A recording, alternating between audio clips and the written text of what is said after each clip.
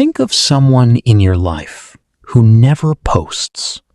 No selfies, no vacation photos, no birthday album, no life updates. In a world where everyone documents everything, that person almost seems to be hiding. Here's what's actually strange, though.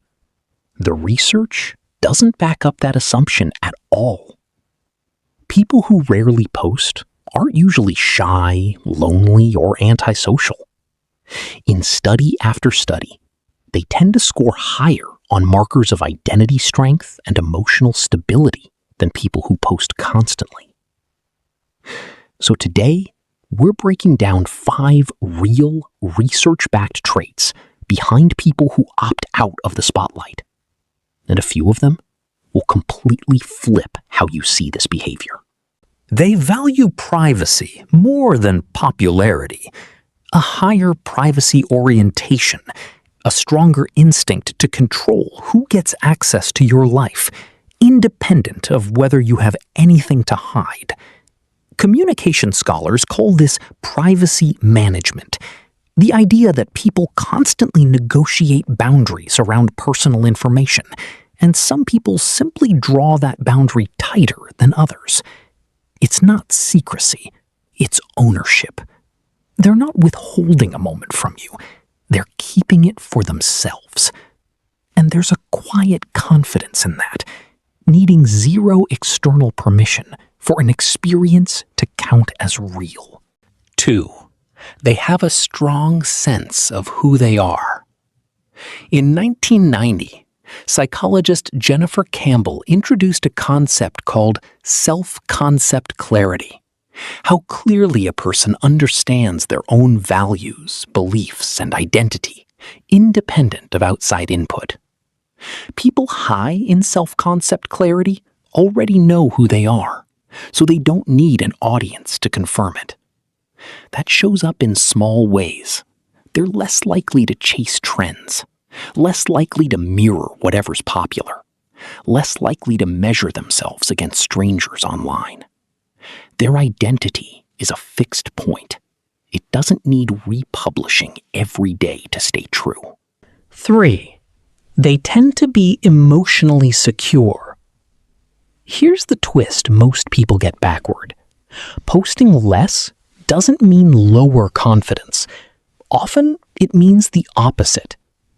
Psychologist Michael Kernis spent years studying the difference between fragile self-esteem and secure self-esteem. Fragile self-esteem needs constant refueling, likes, comments, reassurance. Secure self-esteem runs on its own. That doesn't mean secure people never post.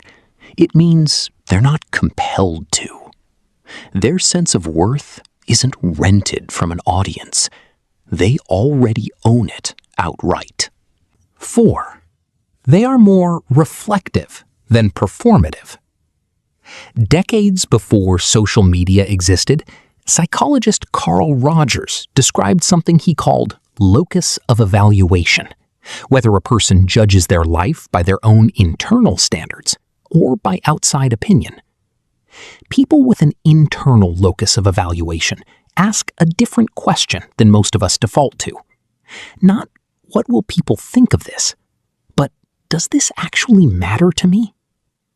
That single shift changes everything downstream. What they share, what they keep private, and how much of their day gets filtered through an imagined audience before it even happens.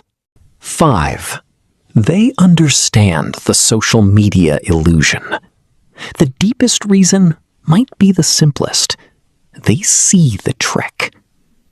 In 1954, Leon Festinger proposed social comparison theory, the idea that humans instinctively measure themselves against the people around them, and that this comparison shapes self-esteem, sometimes brutally. Social platforms weaponize this by design. What you see isn't a random sample of anyone's life. It's their highlight reel, curated and filtered before it ever reaches you.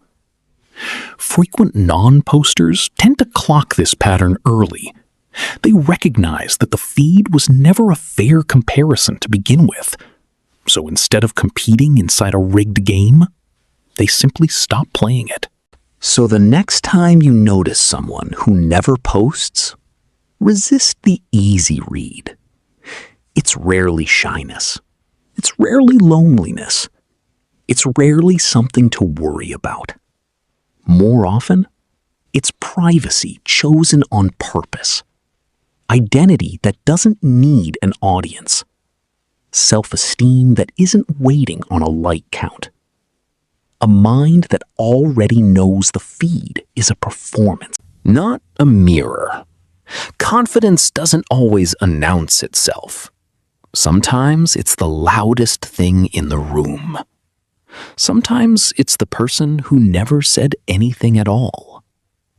If you want to understand why people think, feel, and behave the way they do, not just what they do, subscribe. Because on this channel, we don't just observe behavior. We decode it.